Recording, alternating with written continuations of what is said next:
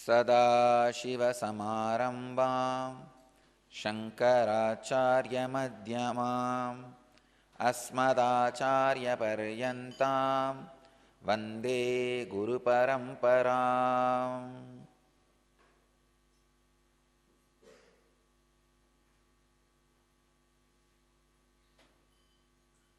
I welcome you all with my love and blessings.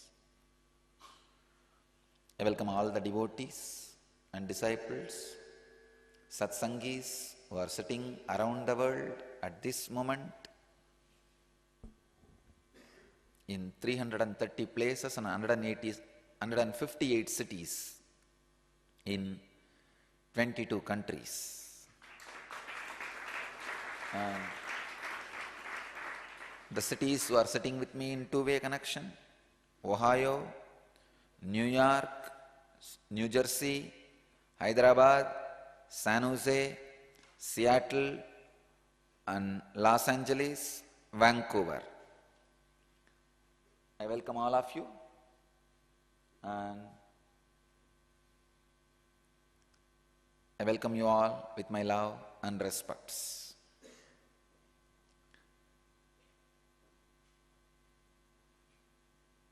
Today's subject: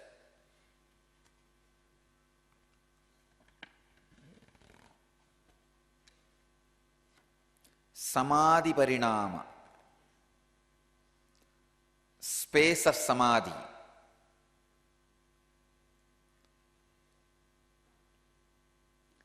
Patanjali is explaining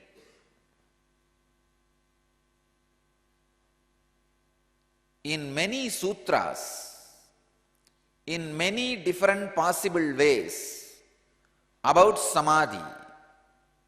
Please understand, we may think, why is he talking about Samadhi from so many different angles? He is talking so that different mental set of people can understand Samadhi. A corporate guy can never understand melting down and sitting at the feet of the master and experiencing Nirodha Parinama.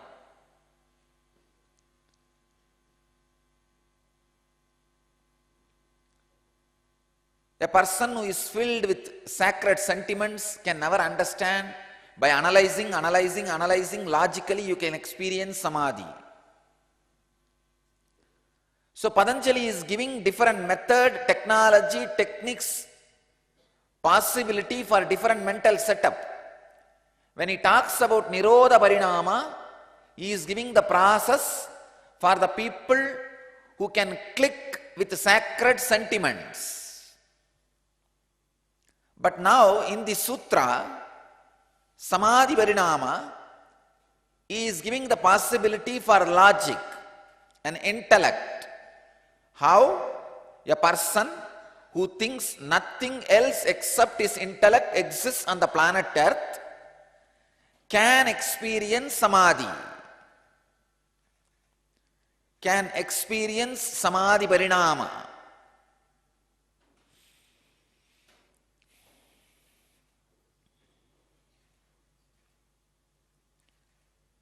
Patanjali is Jagat Guru, who gives solution practically for all the problems and who gives technique and technology and method for all possibilities. He can reach out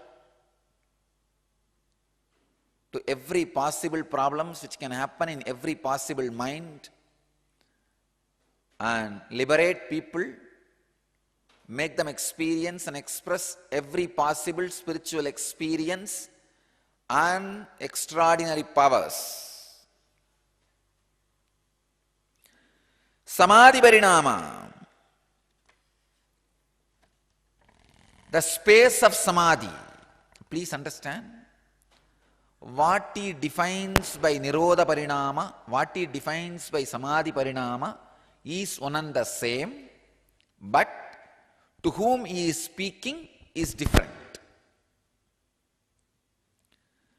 Sarvartha ekakratayoho shaya udayau chittasya samadhi parinamaha, space of samadhi.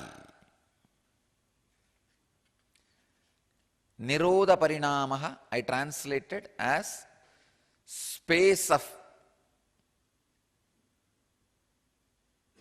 no mind. Samadhi parinamaha I translate as space of samadhi. But I want you to know both are one and the same, different branding. But the space or the experience itself is one and the same. In that sutra, he was talking to a different audience. In this sutra, he is talking to different audience, different group, different mental setup he is addressing. I wanted to comment on all the sutras so that all possible mental setup human beings can experience it, can grasp it, can understand it. Let us see how Swami Vivekananda translates the sutra, taking in all sorts of objects and concentrating upon one object or two modifications of the mind. When the first of these is suppressed and the other manifested, the chitta acquires the modification called samadhi. An amazing understanding. Swami Prabhavananda translates as, when all mental distractions disappear and the mind becomes one-pointed, it enters the state called samadhi. When there is a decline, Swami Sachidananda translates as, when there is a decline in distractedness and appearance of one-pointedness, then comes samadhi parinamaha, development in samadhi.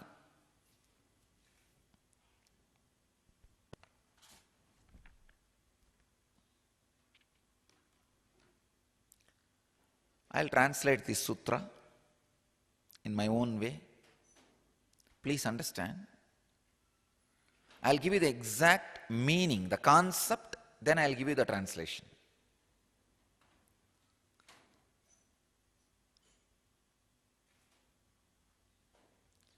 Taking up any one object or experience or idea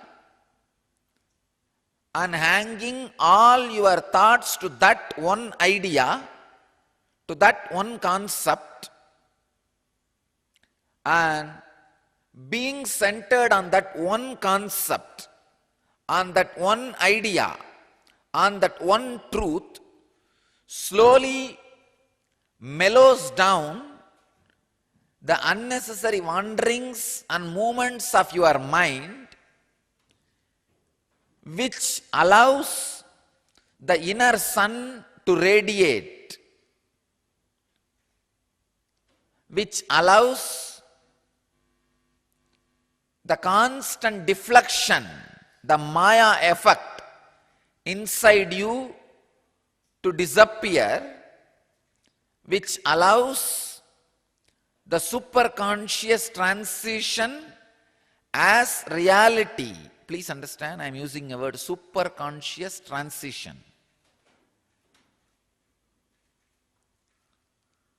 All the technique, technology, spirituality, religion, everything you use is for smooth superconscious transition.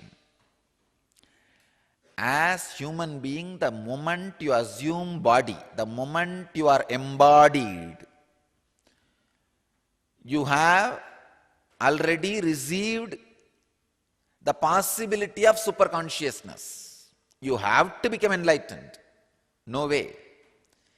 Either by being beaten strongly by the fear or greed, spouse or mistress.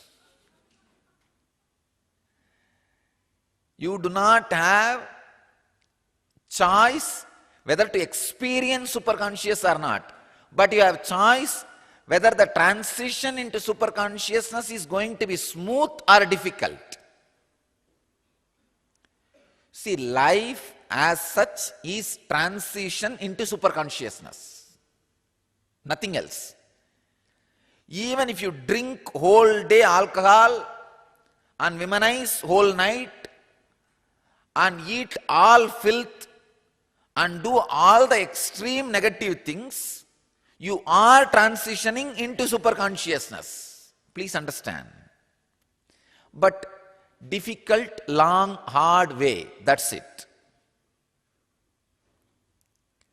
Life, if you are feeling you exist, anything you do is transition into superconsciousness. Spiritual practices, religious techniques makes the transition smooth, blissful, happy. That's it. Understand? Life is superconscious transition. Any action you do, transition is happening, but the actions through which the transition is hard, difficult, complicated are called wrong acts and wrong thoughts. The acts and thoughts which makes the transition smooth, joyful, relaxed, blissful is called spirituality. That's it. But life is transition into superconsciousness. Here, Patanjali is explaining one of a powerful way for the smooth transition into superconsciousness. And please understand, transition into superconsciousness automatically makes you explode in all different directions. When the consciousness transition happens in you, even the Brahma and Vishnu, wealth and knowledge, tries to seek your feet or head, means even they are subdued, as subservients for you. There is a beautiful story in the Vedic tradition. The Brahma and Vishnu started fighting. Who is bigger? It is almost like universities and industries fighting. Wealth and knowledge fighting. The universities are shouting in the loud voice, we are the superior, we know everything. Wealthy guys shout in loud voice, we are superior, we only fund you. Without us you can't stand. Anyhow, whatever education, finally it is going to boil down at our feet, in our mercy. Money, everything boils down to money.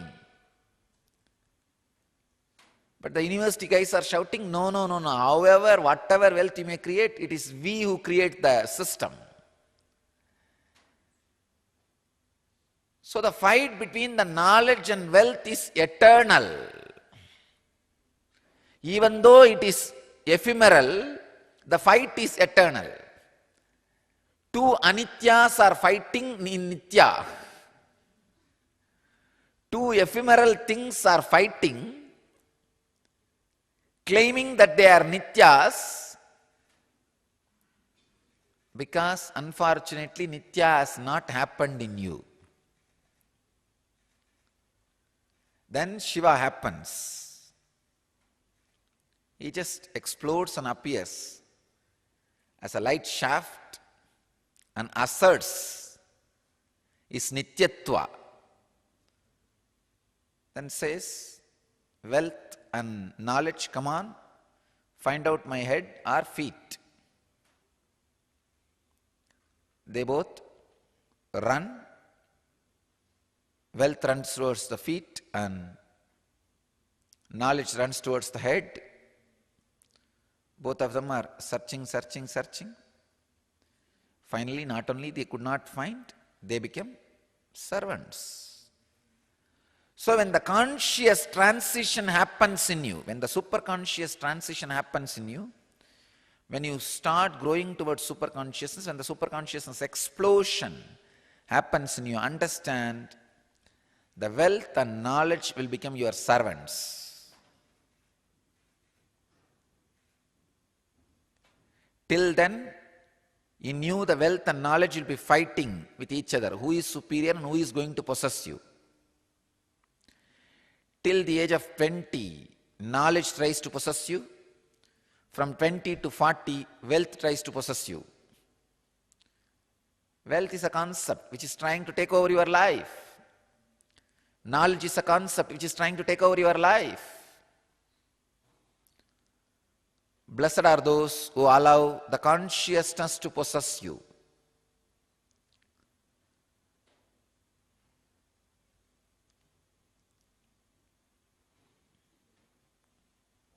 If you are spending your first 20 years for Brahma, knowledge, and next 20 years for Vishnu, wealth, then the fourth and fifth 20 years, be very clear, is going to be a big mess, even if you have both, because that both is going to keep you in constant distortion, distress, and fight.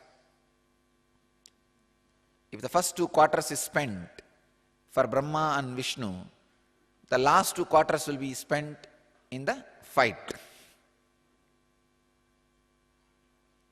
So I tell you, at least the first quarter of the life should be spent on transition into superconsciousness. Then you will see Brahma and Vishnu are serving you. That's exactly what I did in my life. First quarter of my life is spent for transition into superconsciousness. Now, Brahma, Vishnu, everybody is serving me. Now I am not egoistic or proud or claiming something big. See my life with open eyes. When I say Brahma, I mean knowledge. When I say Vishnu, I mean wealth. And I have both to fulfill what I want to fulfill in my life. Because first quarter of my life I spent in the conscious transition, the superconscious transition. Now I have wealth to fulfill whatever I want to do. I have knowledge to achieve what I want to do. So every child should be encouraged in the first quarter of life for the transition into superconsciousness. Then wealth and knowledge is there all over, understand?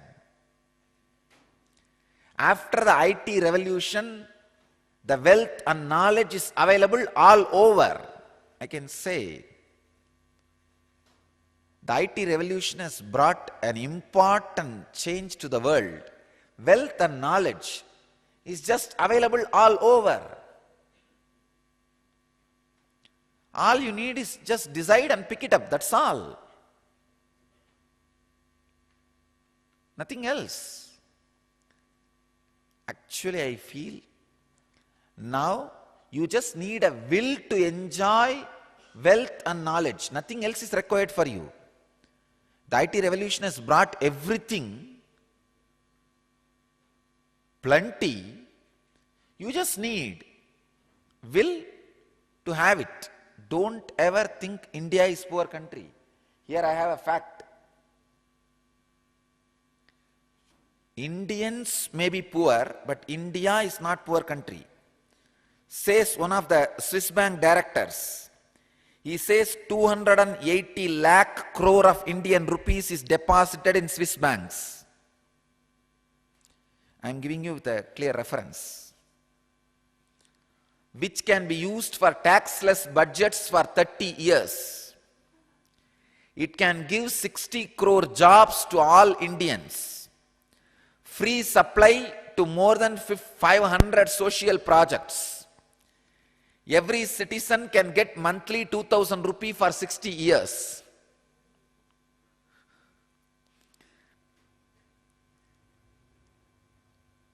Wealth and knowledge is all over. You just need a consciousness to pick it up and enjoy.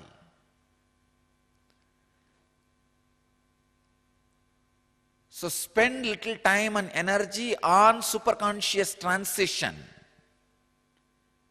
You will just see wealth and knowledge is serving you.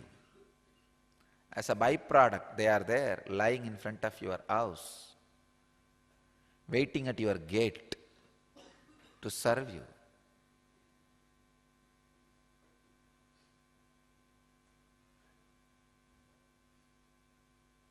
Samadhi parinama means taking up one truth and connecting all the distractions, thoughts, modifications happening in your inner space to that one subject or object you picked up. Through that, allowing the inner awakening to blossom, samadhi to happen in your inner space is samadhi parinamaha.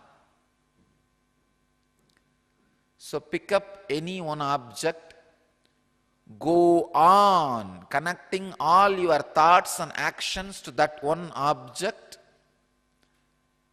allow that one to shine in your inner space as powerfully as possible,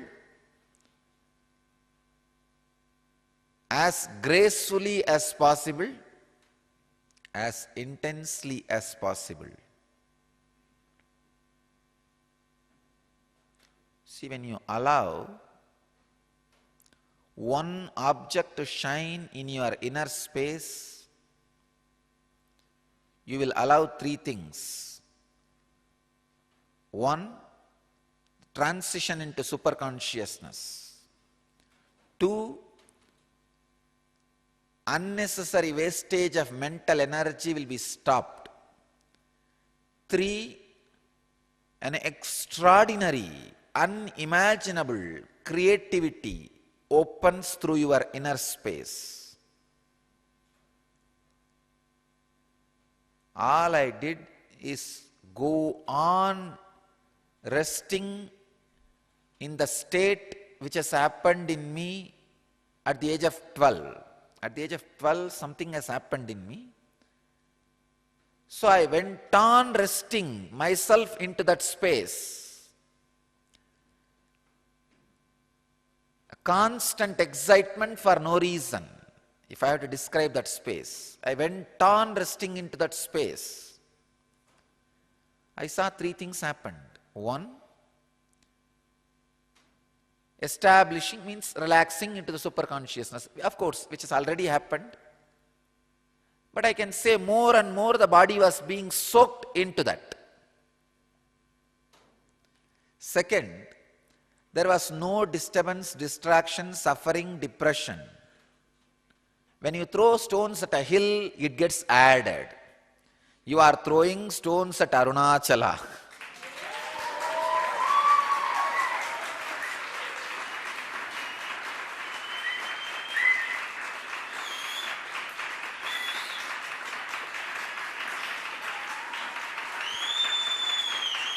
When you throw stones towards Arunachala, what will happen? Only the hill gets added. Earlier, my laughter used to make millions of people in bliss. Now, my laughter is making billions of people in bliss and few hundred in depression.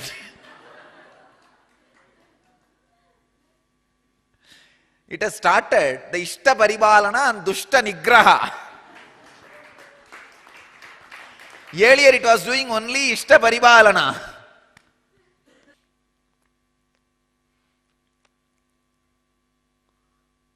Three things happened in me. One, the body is being soaked again and again and again into that superconscious state. Second, no depression, no disturbance, no distraction. Third, the extraordinary creativity is expressed. Yesterday one Swami came to the ashram, surprise visit. He said, Swamiji, now you are shining more. Your words are more strong. Your presence has become more intense. Not only me, everybody feels that. At least all the people who have eyes and who wanted to see are feeling that. Physically, spiritually, the possibility of giving experience, the energy, everything has become intensely great. So understand, we are only growing from auspiciousness to more auspiciousness.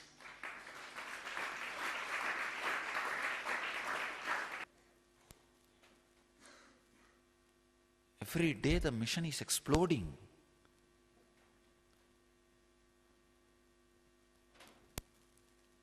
Just today morning, we finished first Kalpataru, E-Kalpataru in New Jersey. They are sitting even now with us. First time, through video conferencing, Acharya conducted classes and then I gave darshan. We are sitting now new trend. I request all the satsang centers, please enroll your E-Kalpataru as quickly as possible. We'll start almost every day E-Kalpatarus. And after all, now we have many sabhas, many acharyas. Let's go on.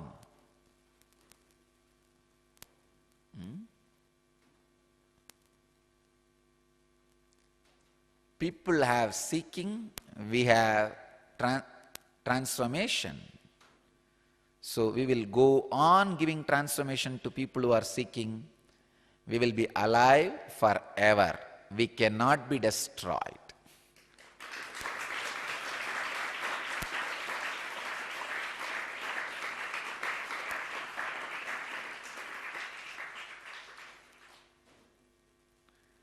We cannot be disturbed.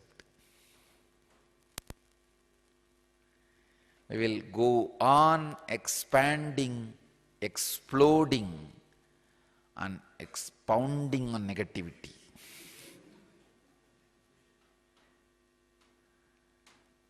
Understand, I give you this as a technique. Pick up one subject, one concept, one object, and hang all your thoughts, ideas into that. Put everything into that. You will see these three happening in you. One, transition into superconsciousness smoothly. Second, no depression. Your mental energy will not be wasted in unnecessary distractions. Third, extraordinary creativity out of your own consciousness. I am telling you from my experience, all these three will happen to you. Start catching one subject inside and see that all your thinking all day hangs around that one subject, that one concept, that one truth.